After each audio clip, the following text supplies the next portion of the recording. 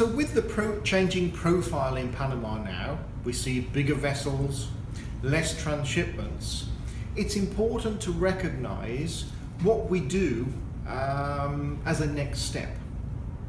We are, of course, as Panama, the epicenter of transportation throughout the Americas.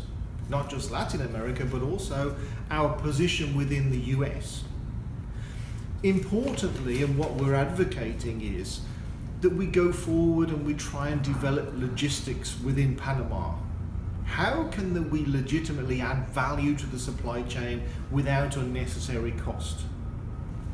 Sitting on the doorstep to the biggest consumer society, the US, what can we do?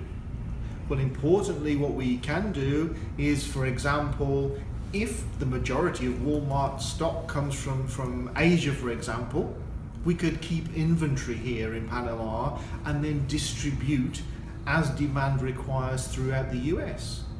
Similarly, Latin America is very, very heavily biased towards refrigerated trade. We could do a lot of those processes here and then use sea air solutions to distribute through the US. Similarly, with marine engines, with Caterpillar tractors, with JCBs, with all of these semi-manufacturing, we can actually create an inventory base here. Inventory in terms of holding and semi-manufacturing. That's one thing. We also have to recognize that with these big vessels and the world is changing, let's look at the environment. Let's look at safety. All of these things have to be discussed within the situation of going forward to build a new port. What we see in terms of Panama ports is that we're actually sat back away from the marine channel. The marine channel, in terms of bigger vessels, becomes a significant factor. Those vessels have to transit the locks.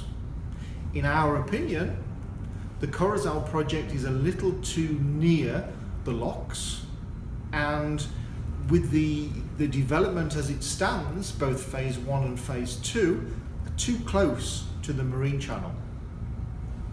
Importantly now, the carriers, the shipping lines are starting to see this. See it in terms of having a big wide vessel so close to the marine channel. A wide vessel that's carrying heavy fuel oil quite often carries a lot of hazardous cargo.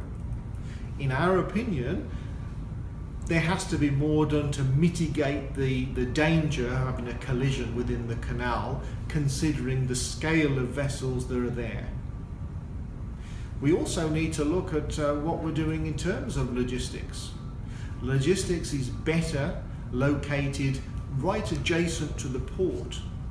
It can't be that you take a container from the port, it takes 3 or 4 hours to get to the logistics base, and then you have the semi-manufacturing and you bring it back. That's far too much cost. It's far too much time wasted. We need to ensure that the logistics is efficient, and the land at Corozal is best placed to develop logistics propositions globally.